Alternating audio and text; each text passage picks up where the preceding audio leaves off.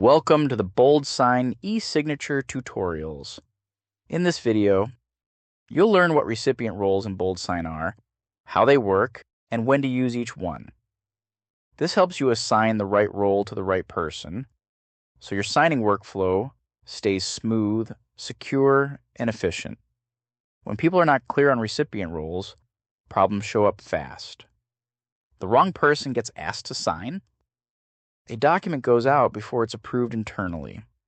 Teams end up sending new versions back and forth.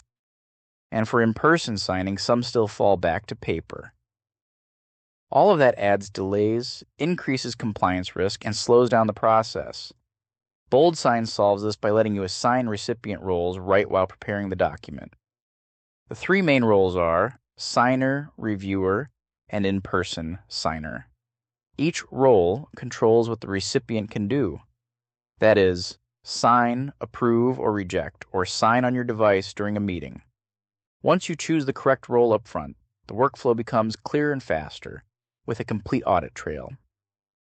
Here's a scenario to make this practical. You're preparing a vendor agreement. Your finance director needs to review and approve it first. Then the vendor signs electronically. And sometimes, you may also have a face-to-face meeting where a client needs to sign immediately on your device. Let's walk through how to set these roles in BoldSign. To begin, click Create New and select Create New Document. On the Prepare Document for Signing page, upload your document. Next, go to the Add Recipients section. Enter the recipient's name and email address. You can also choose a delivery method and set the language if needed. Now, assign the recipient role using the Role drop-down. Let's go through the options so you know exactly what each one does. First is Signer. This is the most common role. A signer receives the document, fills the fields assigned to them, and applies their signature to complete the process. Next is Reviewer. A reviewer's job is to review the document and either approve or reject it. They do not sign, and they don't complete signature fields. The third role is the in-person signer.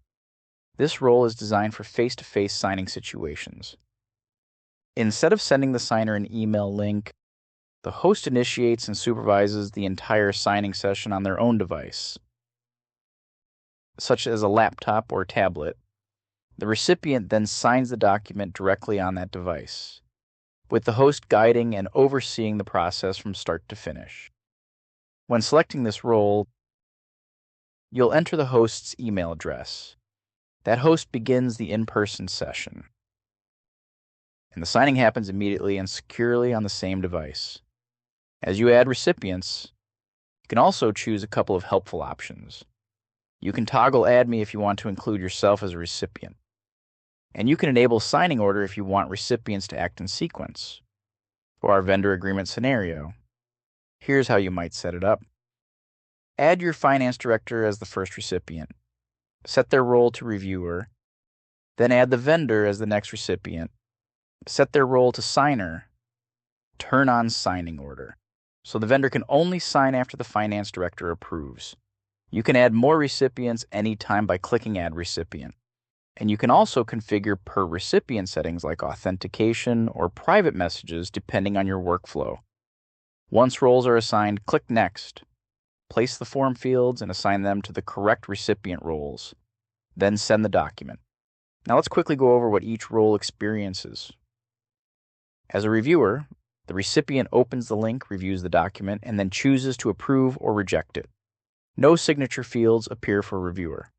If they reject, they can provide a reason, and the sender is notified.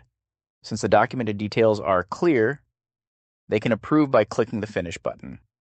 As a signer, the recipient opens the email link, reviews the document, fills their fields, and adds a signature. They may also see options like downloading, saving progress, reassigning, or declining, depending on what's allowed. Complete the signing process by clicking the Finish button. After the workflow is completed, the final document and audit trail are available for record keeping. And that's how recipient roles work in BoldSign.